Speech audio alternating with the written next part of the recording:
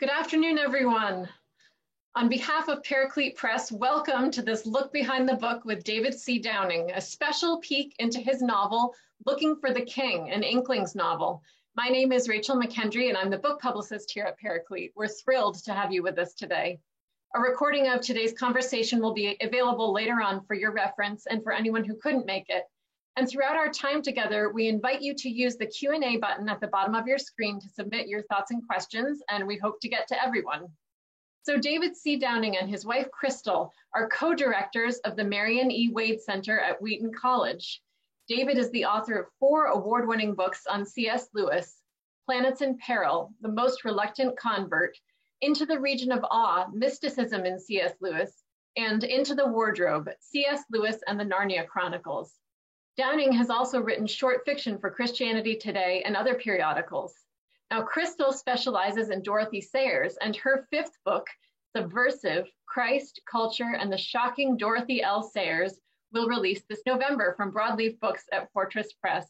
So welcome, David and Crystal. Thank you so much for taking us on this adventure today. It's great to be here. Yeah, thank you, Rachel. We appreciate Paraclete's bringing out the novel because we had a lot of fun researching and writing it, so we're happy to talk about it. Oh, we're thrilled. Thank you so much. I was going to start out by saying this is Ryan Seacrest and Kelly Ripa. As you can tell, the quarantine has been tough on us, but we're really hanging in there. Us. Yeah. You look great. Well, shall I go ahead and jump in with my book talk? Sounds good. Okay, well, as you mentioned, Crystal and I are co-directors of the Wade Center, and she is my quarantine buddy right now, but we both have careers as college professors, and one of the highlights for us has been taking themed or topical tours of England and sometimes France and sometimes Italy. In going to England, we've done a Dorothy Sayers tour for Crystal's research. We've done a C.S. Lewis tour for my research. T.S. Eliot tour. And one of the books that I want to write eventually, it's on my publishing bucket list, is Arthur Through the Ages, or maybe it could be called an Arthurian Atlas, which would be visiting all the places in England that have some sort of Arthurian associations. So Crystal and I were traveling in England a few years ago, visiting Tintagel and Glastonbury and all the places that have Arthur associations. And we were on our way up to Oxford to do some research on the Inklings. And I suddenly said, people always ask me, what would it be like to go to an Inklings meeting? Or wouldn't it be fun to have lunch in a pub with Lewis or Tolkien? And I suddenly said, you know, I think I could create a novel in which we really meet the Inklings as individuals and attend an Inklings meeting, but we also have some adventure and some romance. So the novel is about a young man named Tom McCord from California. This is in 1940, and he's researching Arthurian sites for a possible book like the one that I would like to write eventually. He's has an MA from UCLA. While he's over in England, he meets a young woman named Laura Hartman. The year is, I said it was 1940, and she's over there supporting her aunt whose husband is away on the war. And so he is going around England trying to discover King Arthur sites and meets Laura Hartman, and they decide to team up. She's his research assistant. And the novel has to do with an even bigger adventure that unfolds beyond looking for King Arthur.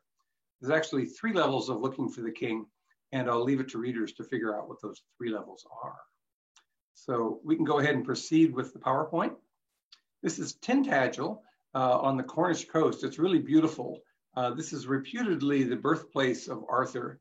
Probably the structures you see there are too late to actually be the birthplace of the historical Arthur, who we would place in the 5th century.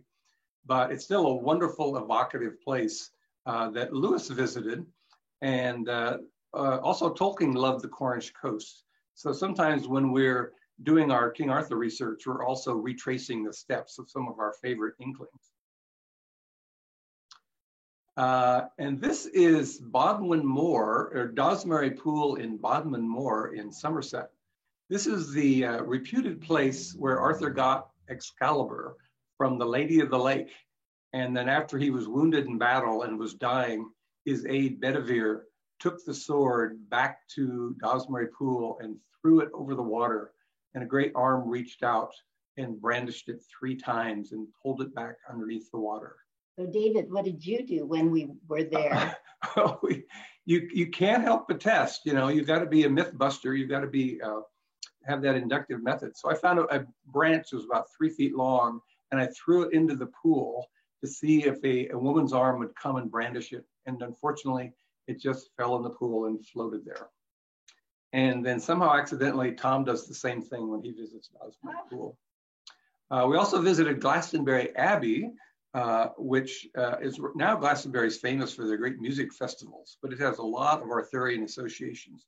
You see the old abbey there in the upper left.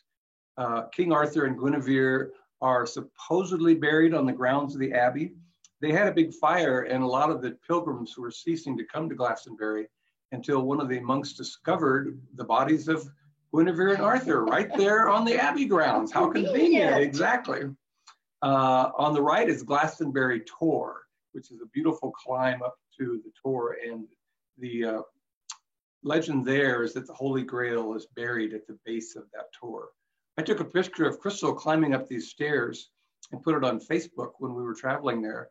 And a few years later, someone was visiting the Glastonbury Tourist Bureau site, and there was Crystal climbing the stairs to Glastonbury Tor. So if you put things on Facebook, more or less assume they're public domain. So Tom also visits Glastonbury, and as he and Laura talk, a different quest develops. So let's move on to the next slide. So they go to Oxford. Tolkien wrote a book with R.G. Collingwood about the historical King Arthur, and they talked about him as an Anglo-Saxon, a Romanized Celt who was fighting the Anglo-Saxons. And they theorized that he kept the Anglo-Saxons out of the West Country, out of Somerset and Cornwall, by using cavalry tactics. The Anglo-Saxons were foot soldiers. So they think that he may have been a historical Romanized Celt who was fighting the Anglo-Saxons after the Romans withdrew. So in order to check out this theory, Tom decides to go to Oxford and ends up meeting both Lewis and Tolkien and eventually Charles Williams. This is one of the chapters is set in the Turf Tavern. If you go down a cul-de-sac near Blackwell's Books, the fabulous bookstore, you feel like you're going down an alley, but at the end, there's the oldest tavern in Oxford. It's been there since Chaucer's time. It's got scuffed floors and these very rough beams. You feel like you're in one of the oldest taverns in Oxford. So he meets Lewis, and I had a lot of fun in taking comments from Lewis and Tolkien's letters, from biographies, from reminiscences, and turning them into dialogue.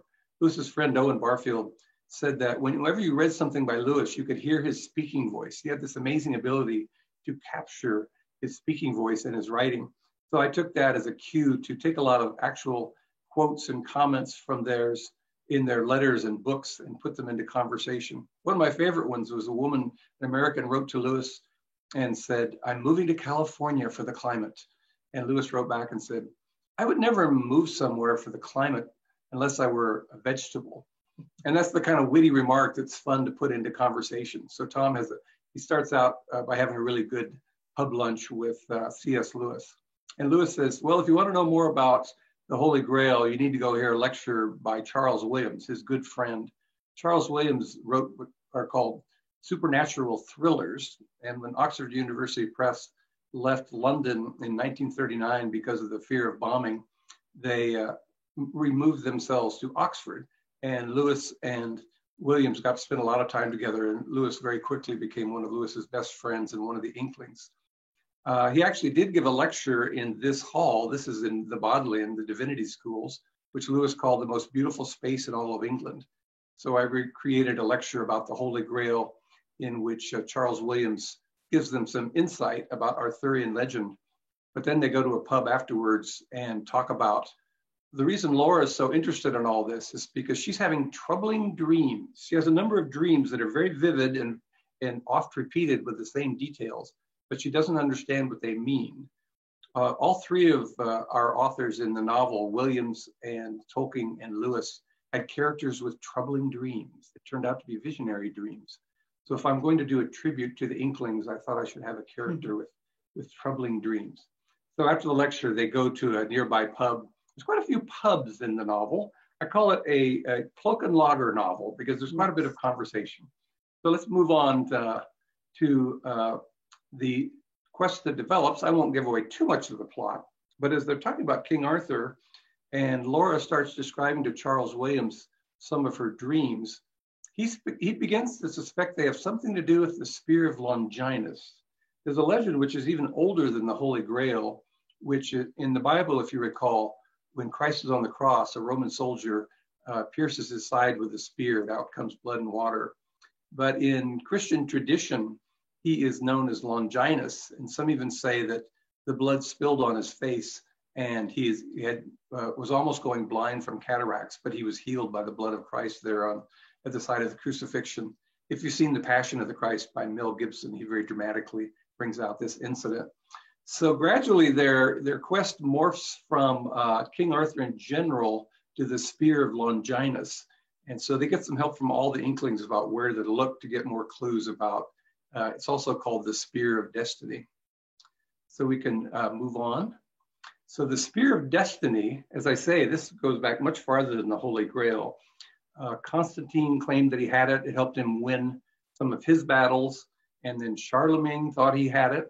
And then Athelstan, the Anglo-Saxon grandson of Alfred the Great, claimed that he had the Spear of Destiny. It's passed around the same way the Holy Grail is. And Athelstan was one of the most successful of the Anglo-Saxon kings in driving out the Danes. And so they have to go to Malmesbury to visit the site of Athelstan's tomb and see how that fits in with the Spear of Destiny motif, and also to explain Laura's dreams. I had there on the list Napoleon and Hitler. That's more speculative. Some scholars claim that Napoleon sought out the spear, and even Hitler sought out the spear. He did have a big interest in the occult. I don't think that's historically verified as of yet, but it's interesting part of the folklore that surrounds the Spear of Longinus, or the Spear of Destiny. So our two young protagonists, our two young Americans, are centered in Oxford, which is just about in the center of that map between the four labeled places.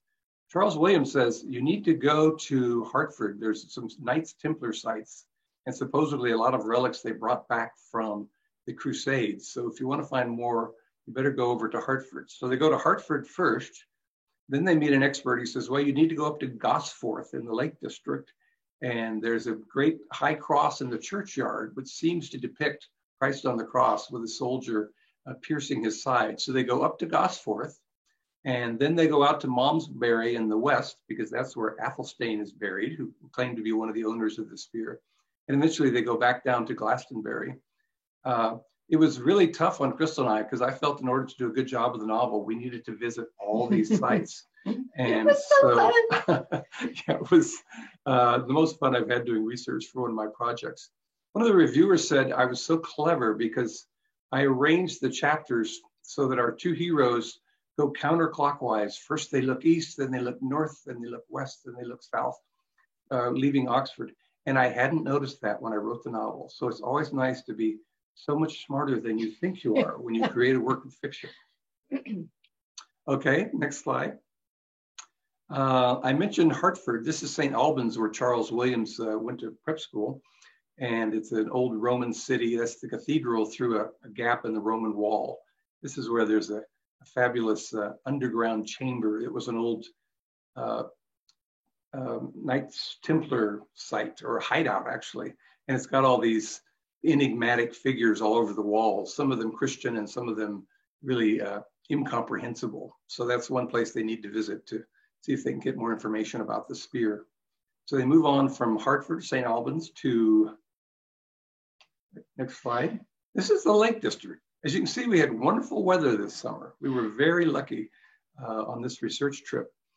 We were down lower, and Crystal said, hey, do you want to take a hike? And I said, oh, I think we've done enough walking. And she took me this long, winding trail that didn't seem to be going anywhere. And I said, how much farther? How much farther? Can we stop? Can I take a rock out of my shoe? But finally, we got to the ridge. We came over the ridge, and this was the view of Lake Windermere. So by the time I got there, it was well worth it. Crystal got to the top and said, I feel vindicated. So we visited the Lake District. This is Gosforth, which is across the mountains from Lake Windermere to the west. And there's a very strange high cross there, a Celtic cross in the churchyard, or in the cemetery outside the church. And on three sides, it starts out with a rounded base like a tree, but then it slowly develops four faces. And three of the faces are clearly Nordic mythology. They have snakes and wolves. So it looks like the twilight of the gods, Fenris, who Lewis mentions in the Narnia Chronicles. But on the fourth face, on the east face, there's a man with his arms spread out like he's being crucified, and there's a man who seems to be piercing him on the side. So scholars are somewhat mystified, and some think that this predates the Norman conquest. This is 9th century, built by the Danes, but it seems to suggest that they were becoming Christianized, and somehow they wanted part of the Christian story to be on that cross. So this is one of the artifacts that we got to visit, but also something that comes into the novel. And then after Gosforth, C.S. Lewis, or they visit Tolkien at his home. There's some wonderful accounts of Tolkien receiving students at his home. He had a great study with a pot-bellied stove and a lot of his writing materials. And he talks about this is where he wrote The Hobbit. We actually have this desk at the Wade Center now where he wrote The Hobbit. He's flipping through some student blue books for examinations, and he comes across a blank page, and it's so refreshing to him after grading all these student essays to have a blank page. And so he writes, "In a hole in the ground, there lived a hobbit."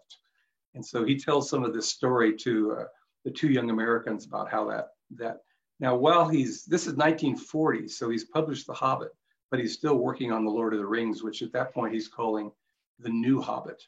So they talk a little bit about his composition process.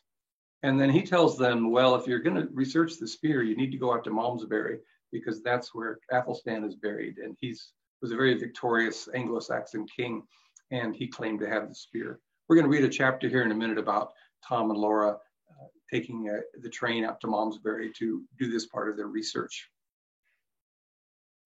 Part of what's interesting about the Abbey is there's a watching loft. There's something which looks like a box seat in an opera house, or it looks like a guard tower.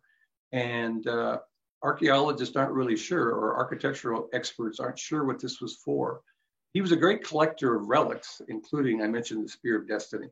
And some people think it was actually a guard tower. They kept track of everyone down below to make sure that none of the relics disappeared. There's this beautiful memorial stone to Athelstan there, this gigantic king with a lion at his feet. Part of the reason it's interesting, or part of the reason it interests scholars, is that the stained glass windows have the three figures, which now have names of, let's say, could you read that? No. That's funny, it says Larry, Moe, and Curry. No, it says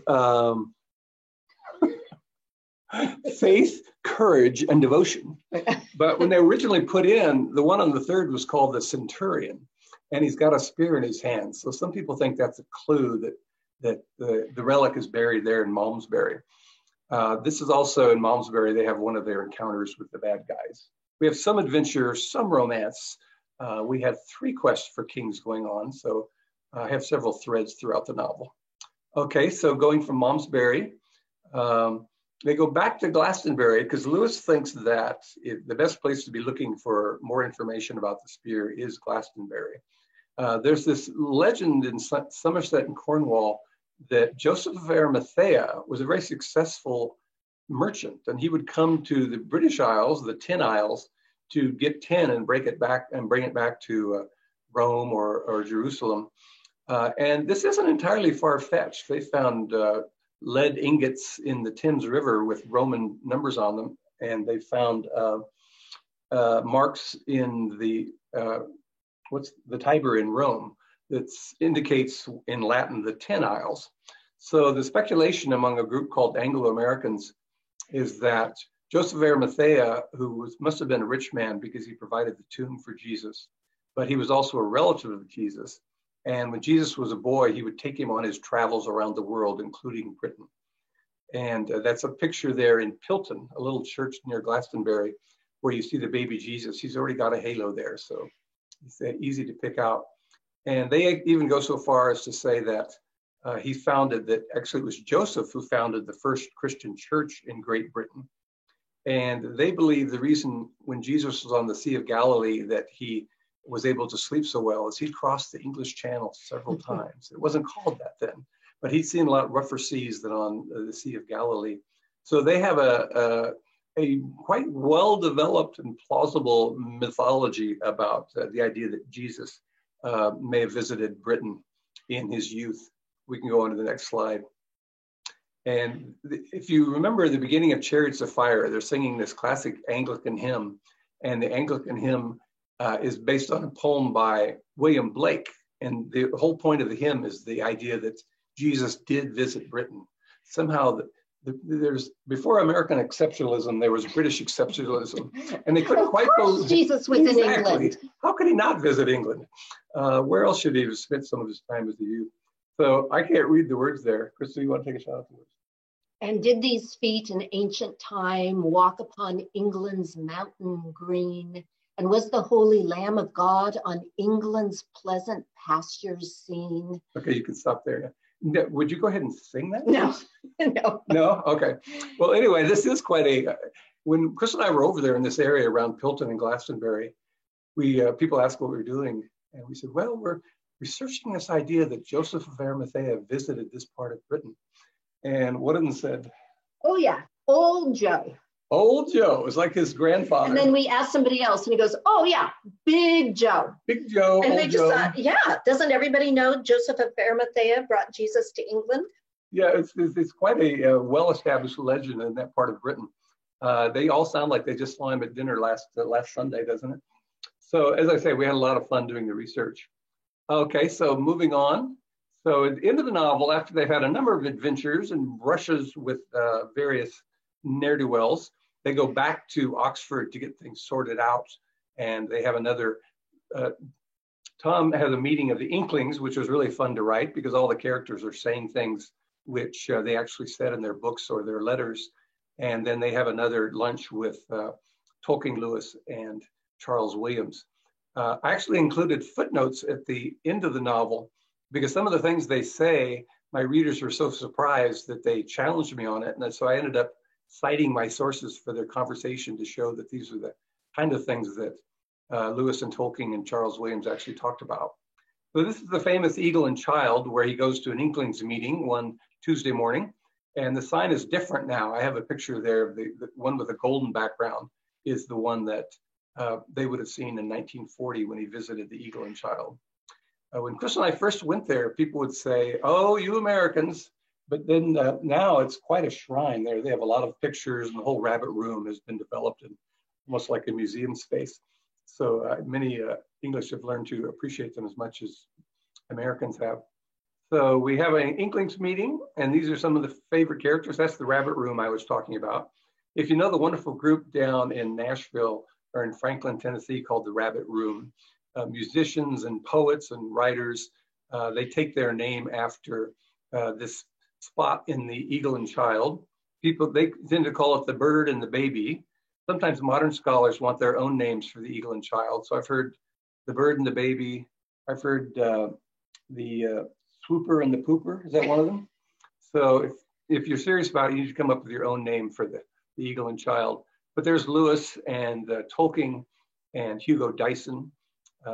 He was kind of the skeptic. He was the one who didn't like The Lord of the Rings. So he's sort of an outlier among the Inklings. There's Charles Williams, who wrote a number of supernatural thrillers and also plays and histories of King Arthur and the church. Two of his best books are He Came Down from Heaven and Descent of the Dove. And then that's Humphrey Havard. They called him Humphrey. He was the doctor of the group. He was the physician and a regular attender of the Inklings. So it was great fun to research these characters and try to create them in a way that you might actually meet them if you were visiting in 1940. So I think we're going to read a passage from, they're on the train to Malmesbury. I was going to read a passage which featured Lewis or Tolkien or some of the other Inklings, and my British accent is just not acceptable. When I try to channel the Inklings, I channel Monty Python. So we decided to give you a passage where they're on the train, they're talking about the Inklings, but I don't actually attempt a British accent in this passage. Okay, so this is chapter 9. On the train to Malmesbury, west of Oxford, early June, Tom peered out the train window but the swirling fog prevented him from seeing much beyond the line of telephone poles that ran alongside the tracks. He looked at Laura, who sat across from him reading Middlemarch. Tom felt disappointed not to enjoy the view on their way into Malmesbury, but there was something snug and cozy about sitting in the well-appointed railway car with wood-paneled walls and padded seats, looking at the fog outside and listening to the steady clack, clack, clack of the wheels passing over the tracks. Middlemarch, said Tom. I had to read that in Victorian Lit. You want me to tell you what happens? No, thanks, said Laura without looking up. This is the third time I've read it. Really? Said Tom. You're rereading it of your own accord? Laura looked up and turned her head all around the car, which was empty of any other humans except for the two of them, then went back to reading. Tom took this as her wordless way of saying, what else would I be reading the novel again except by my own choice? After a few seconds, she looked out the window at the fog. I was hoping to see more of the Wiltshire countryside, she said. We're only a few hours from Oxford, said Tom. Maybe you could make another day trip later this summer. You'd see a lot more on foot, he added. Jack says he doesn't like watching the landscape from a moving train. Everything goes by too fast. He said it's like reading only the first page of 100 books, one right after the other. Jack? Which Jack are we talking about, said Laura. Jack Lewis, C.S. Lewis, that is. Oh, Jack, is it? So you two are poker buddies now? Said Laura, closing the cover of her novel, but keeping her hand on the page she had just been reading. Hardly, said Tom. For one thing, he doesn't play poker or any game of that sort. He says he'd rather just gaze into a fire than play cards. This man sounds like an endless font of intriguing opinions, said Laura, looking out the window again. Then turning to Tom, she asked, but how do you get Jack from C.S. Lewis? Actually, I wouldn't call him that to his face, said Tom a bit sheepishly. Apparently, he's been called that ever since he was a little boy. When he was 3 or 4, he pointed to himself, announced he was Jaxie, and wouldn't answer to any other name. Eventually, it was shortened to Jack. What does the CS stand for? Clive Staples. Oh dear, said Laura with a smile. No wonder he prefers Jack. And he calls you Tom? He just calls me McCord, explained Tom. Not even Mr. McCord, like those starchy old school teachers? Nope, just McCord. He calls most of his friends by their last names, Barfield, Dyson, Coghill.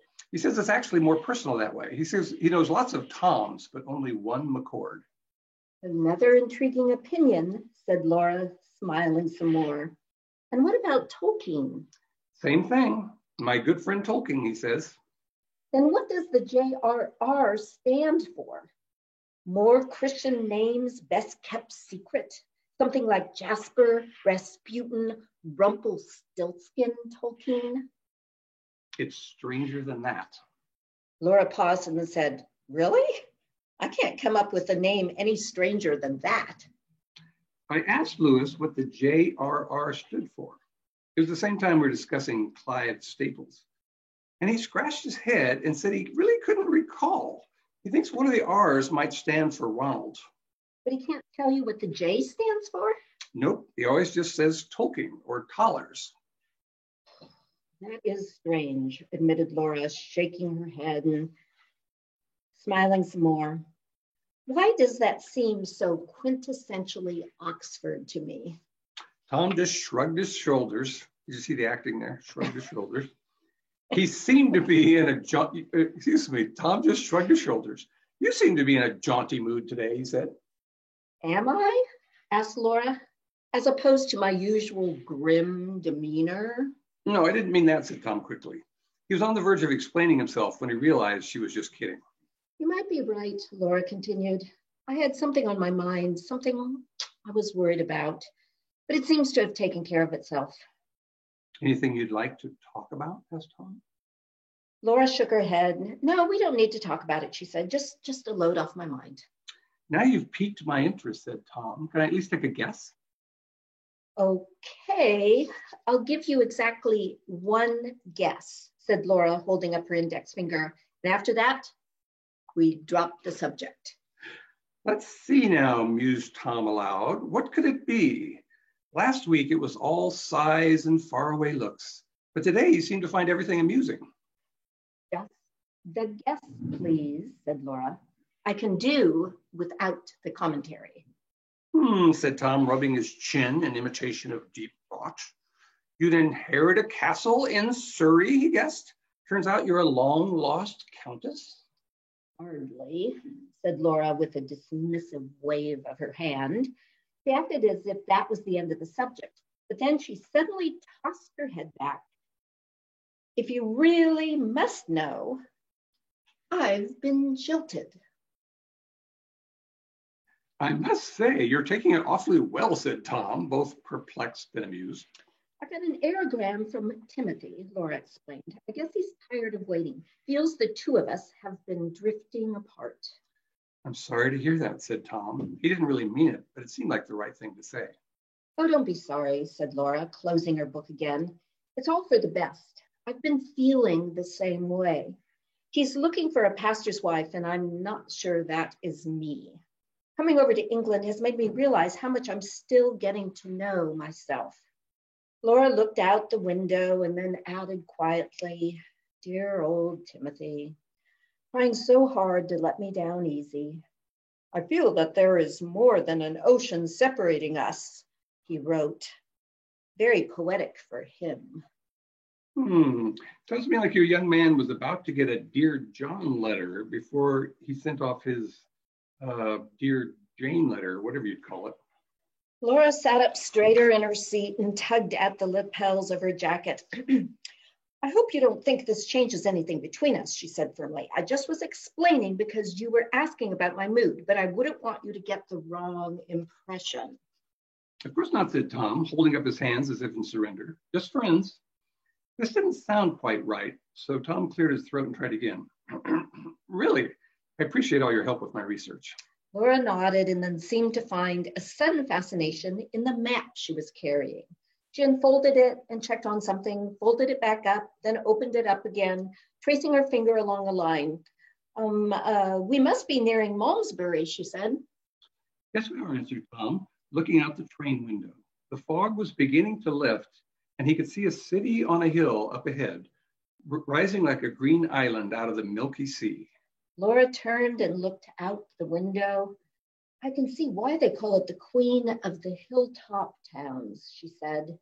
The train pulled into the station 10 minutes later, and they got out and walked toward the Abbey ruins, a great wall of stone on the highest elevation of the city, dominating the town like a medieval fortress. Okay, so they're on their way to Malmesbury, where they will have more adventures, and I wanted to give you a sample of their interaction, apart from the Inklings, who actually are in more than half the chapters of the novel, but as I say, I didn't feel up to the accents. You can go to YouTube if you want to hear what Lewis sounds like and what Tolkien sounds like. That's fantastic. So Rachel, that's our sample. How was that?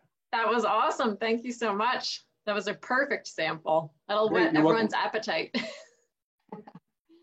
We do have a couple of questions coming in. Here's the first one to Crystal and David. Crystal, my name is Sherry Peterson, and I was chaplain where your mother lived. I'd love to be on the list for any tours in the future that David leads. I got drawn in. She says, I got drawn into Jack White's novels and got interested in that history. And of course, I love Lewis.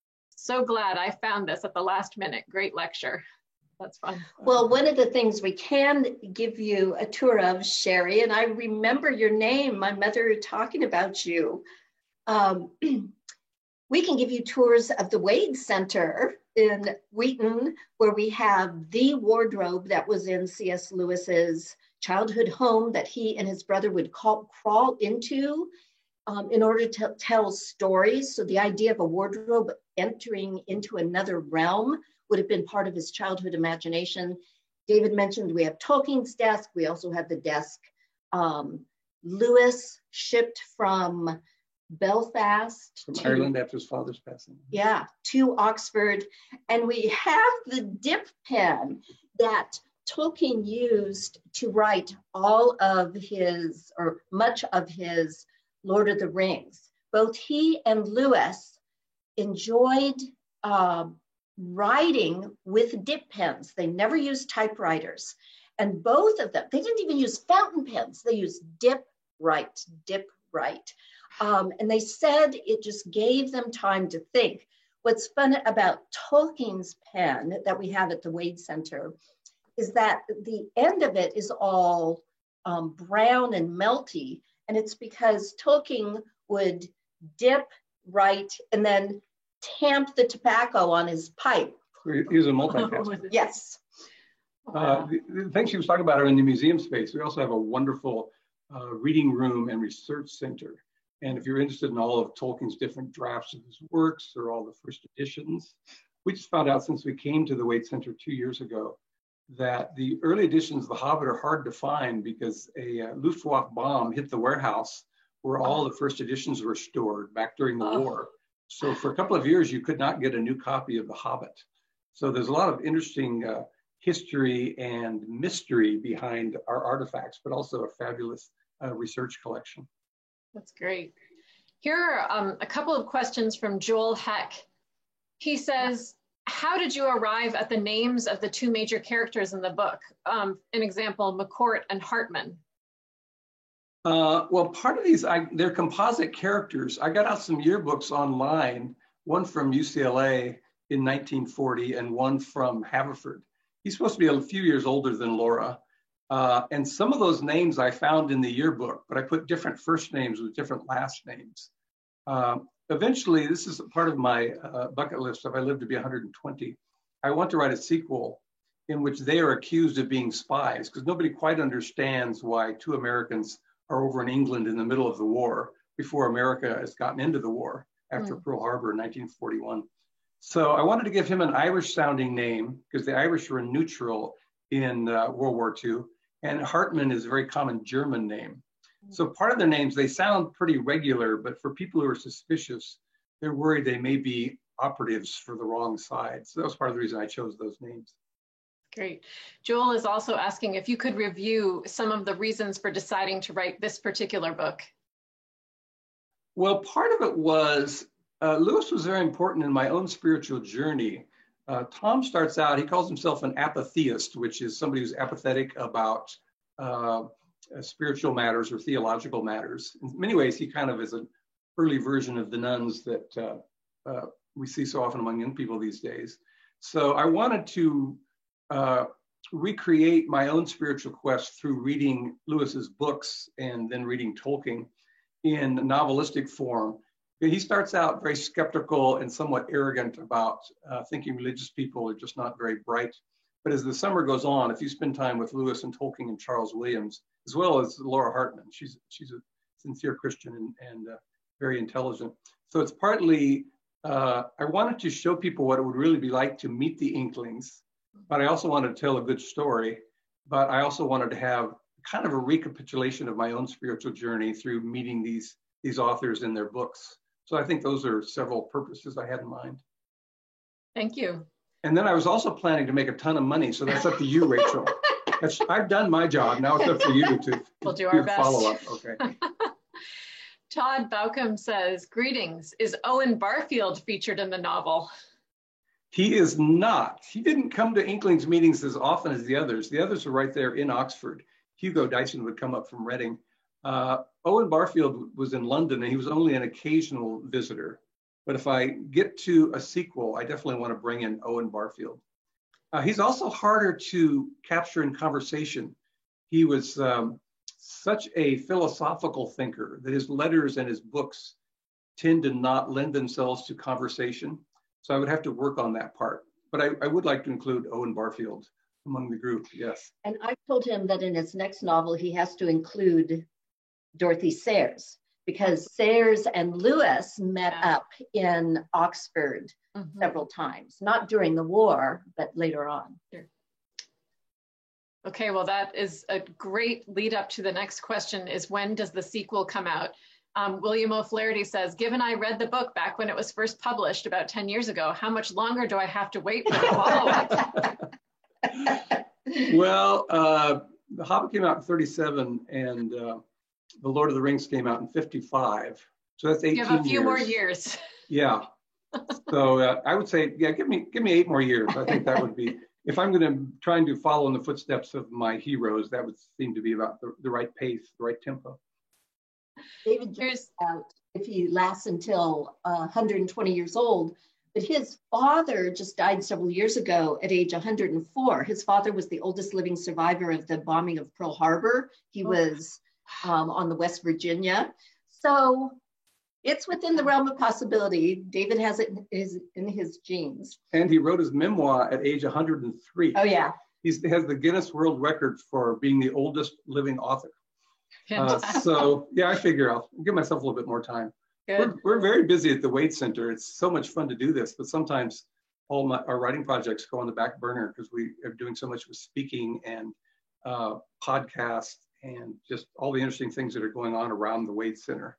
So we almost, I say I need a twin to get everything accomplished. Actually, I have a twin, but he doesn't want to lead my life. So he has his own life in Colorado. So. Well, and if people are interested in the Inklings, they should go to our podcast. We talk together with visiting scholars, and now during coronavirus, we're just talking among ourselves.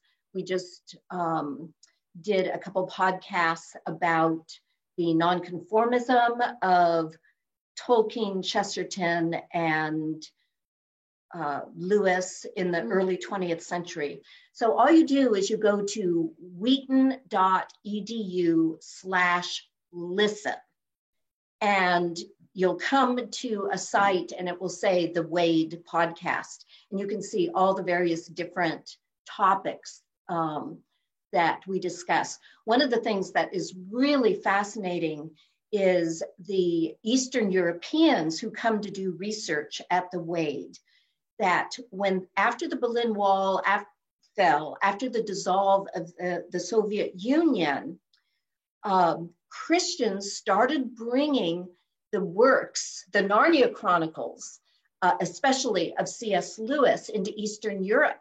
And a lot of Eastern Europeans came to Christ through the works of C.S. Lewis. And we were talking to this one woman who came to visit, who actually teaches C.S. Lewis and Tolkien in Russia now. When she was growing up, she was a confirmed communist.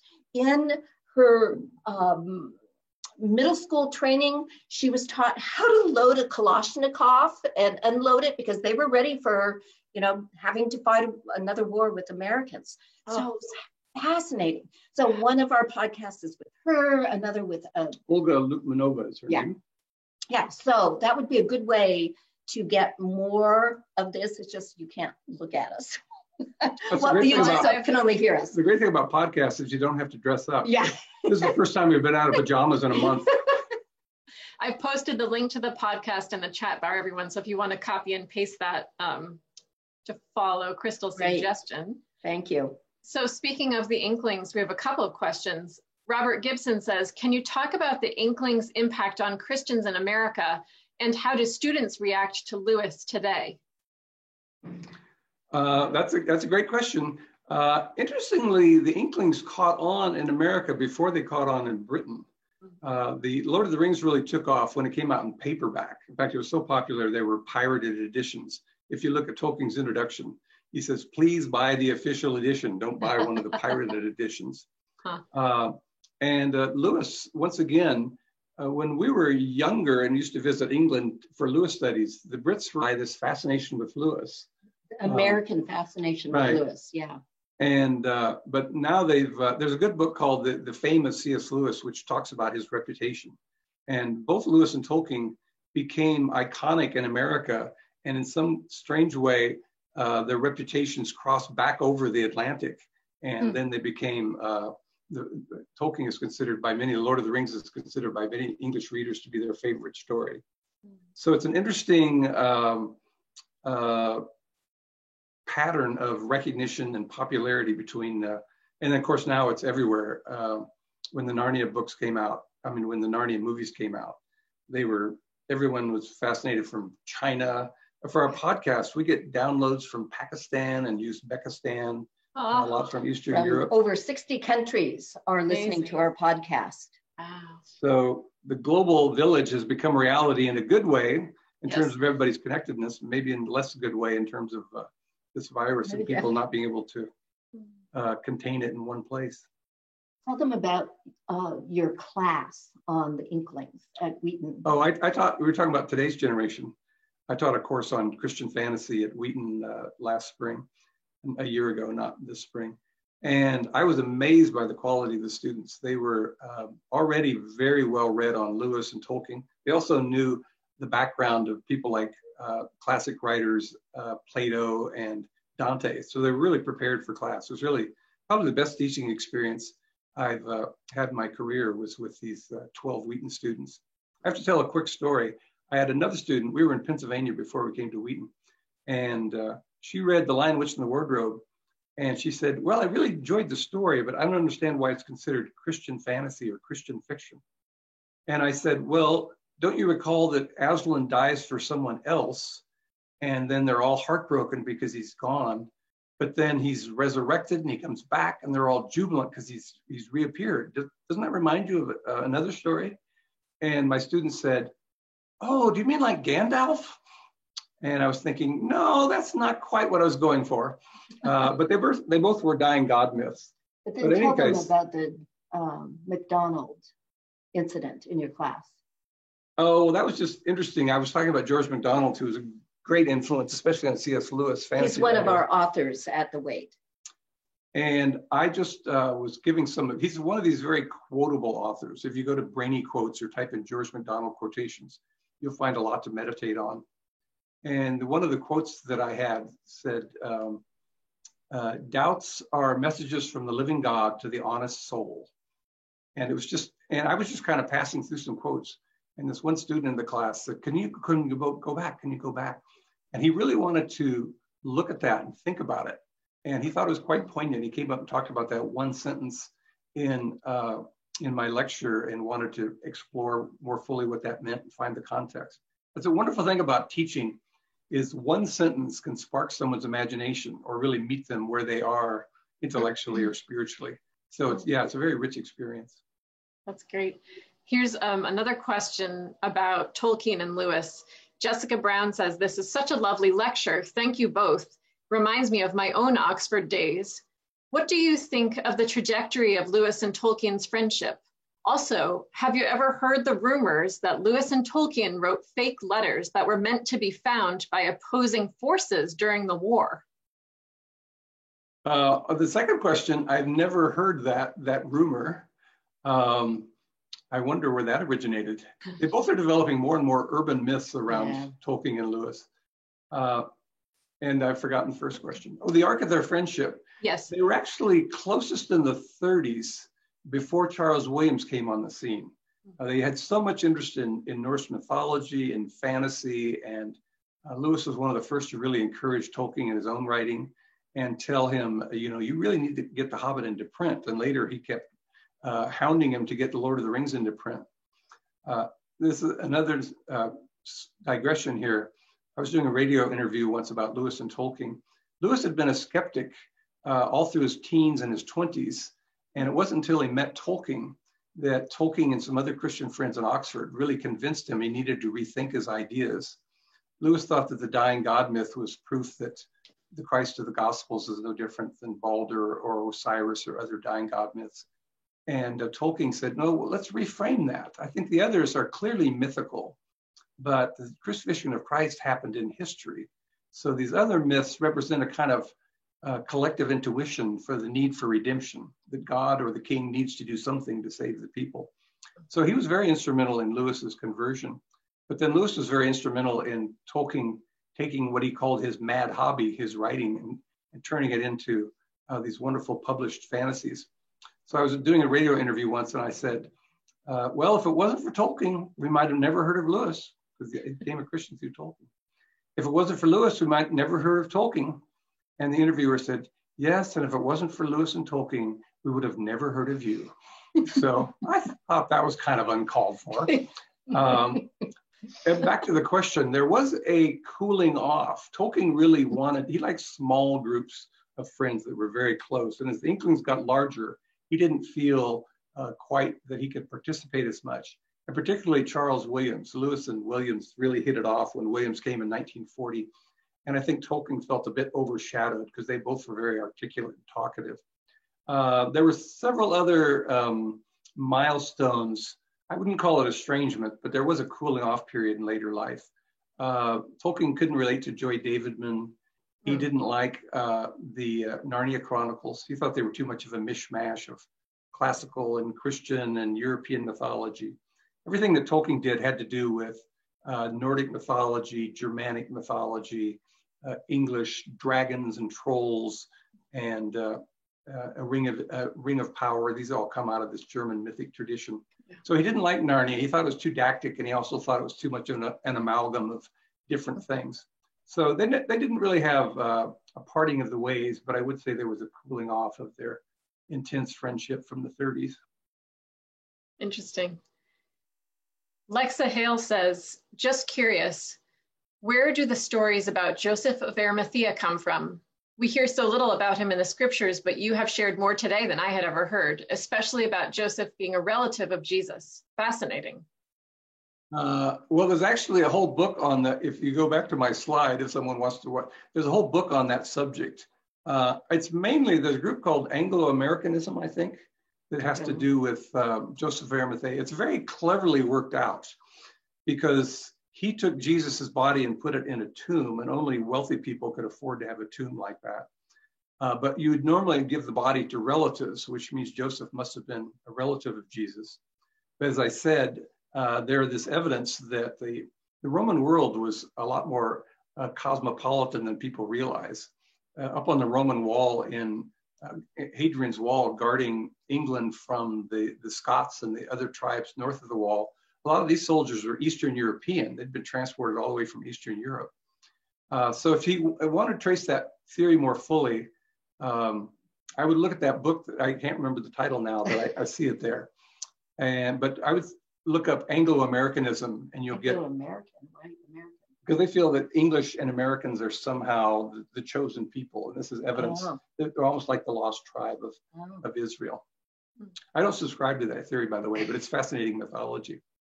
Thank you. Following up on Making Your Millions, John Kirkwood says, wonderful lecture, friends, loved the book, was wondering when Spielberg begins shooting the movie. So we'll work on that. That is an excellent question. Very good. Someone was... aren't rights to the book? I think that's in negotiation. Yeah, you can buy rights to a movie. That doesn't mean you have to make the movie. Rights to a book. Or rights to a book, yeah, excuse me.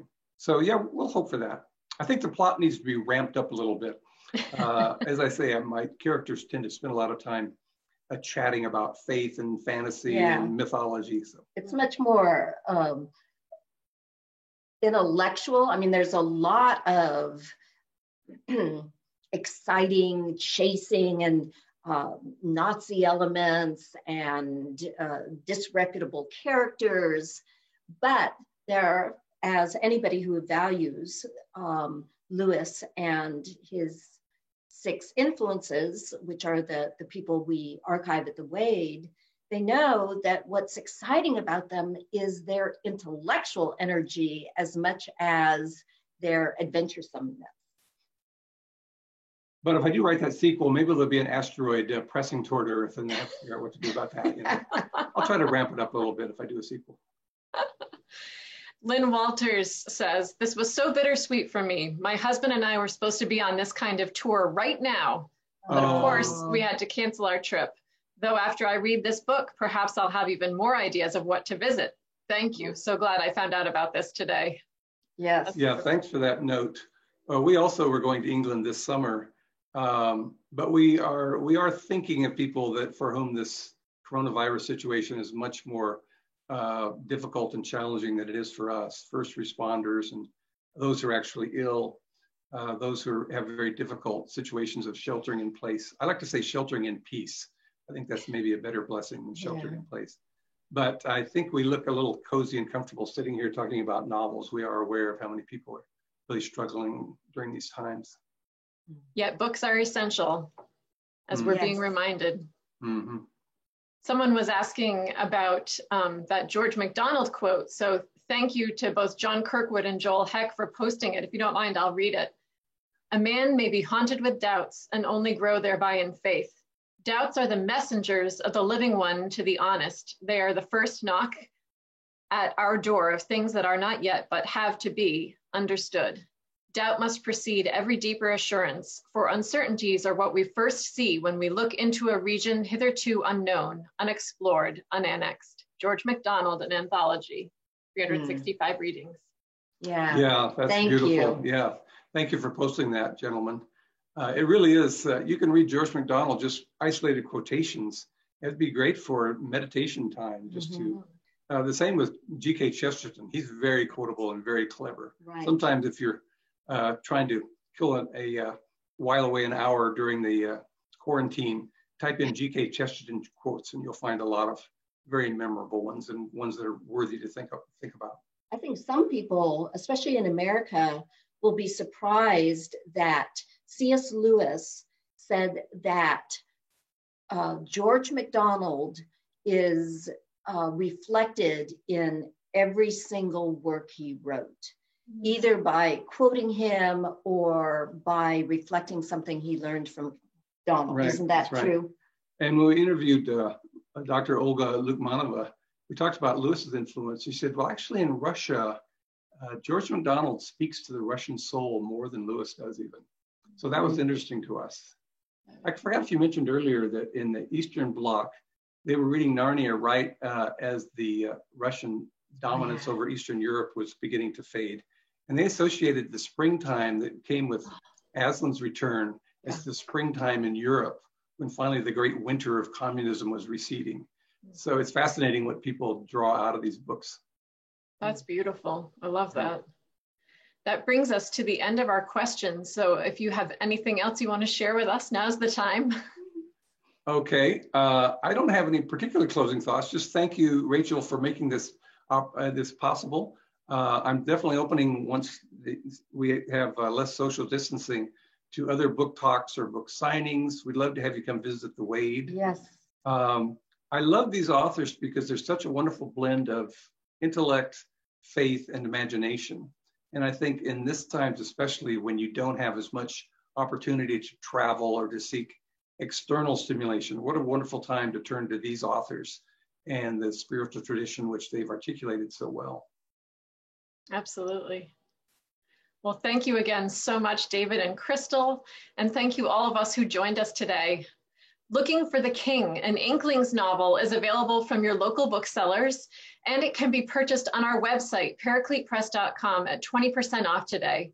Free shipping is available this month as well on orders over $45. So please consider gifting this book to the readers in your life, and we invite you to explore other fiction as well. Your generosity will help support David and Paraclete Press in our ongoing work. We hope you enjoyed this time together today as much as we did, and we hope you'll join us for more of these book events and webinars with our authors. Our calendar is available on our website, paracletepress.com. Our prayers are with all of you for health and safety. Thank you again, and God bless you. Thank you. Take care. Okay, thank you. Bye.